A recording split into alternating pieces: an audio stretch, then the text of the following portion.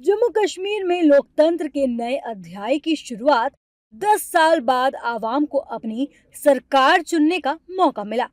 अनुच्छेद 370 हटने के बाद हुए पहले चुनाव में लोगों का जोश हाई दिखा। पहले चरण में इतनी वोटिंग हुई कि 2008 से हुए 4 लोकसभा और 3 विधानसभा चुनावों का रिकॉर्ड ध्वस्त हो गया। पहले चरण में हुई वोटिंग के आंकड़े कश्मीर में बदले हुए ट्रेंड का संदेश दे रहे हैं। इन 24 सीटों पर 61% मतदान हुआ है, जो 2014 में हुए विधानसभा चुनावों से ज्यादा है।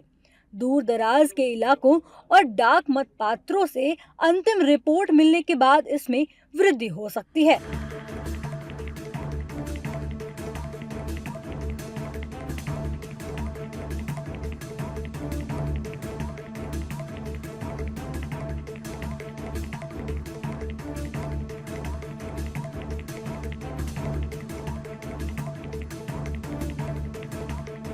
2014 के मुकाबले इस बार कितने वोट पड़े?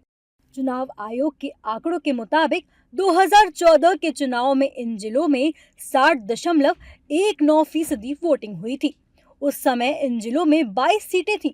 2022 में परिसीमन के बाद डोडा और किश्तवाड़ में एक एक सीट बढ़ गई। किश्तवाड़ में सबसे ज्यादा, पुलवामा में सबसे कम वोटिंग। पहले चरण में सबसे ज्यादा 80.14% वोट किश्तवाड़ा में पड़े। डोडा में 71.34% और रामबन में 70.55% मतदान हुआ। दक्षिण कश्मीर में कुलगाम में 62.46% वोट पड़े। इसके बाद अनंतनाग में 57.84%, शोपियां में 55.96% और पुलवामा में 46.65% वोटिंग हुई। पुलवामा में सबसे कम 46% वोटिंग हुई। इस बार चुनाव में कितना बदला जम्मू कश्मीर का माहौल?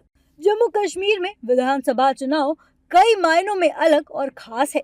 37 साल बाद ये पहला मौका है जब यहाँ चुनाव बहिष्कार का आह्वान नहीं किया गया है। चुनाव में इस बार जम्मू कश्मीर की फिजा बदली बदली सी है। वोटर बेखौफ हैं, उम्मीदवारों ने भी निडर होकर प्रचार किया है। चेहरे नए हैं और मुद्दे भी। खासकर कश्मीर घाटी में चुनाव को लेकर एक नया उत्साह है। न पाकिस्तान मुद्दा है, न अलगाववाद। मुद्दे हैं तो बस विकास, रोजगार, भ्रष्टाचार, स्थानीय अस्मिता।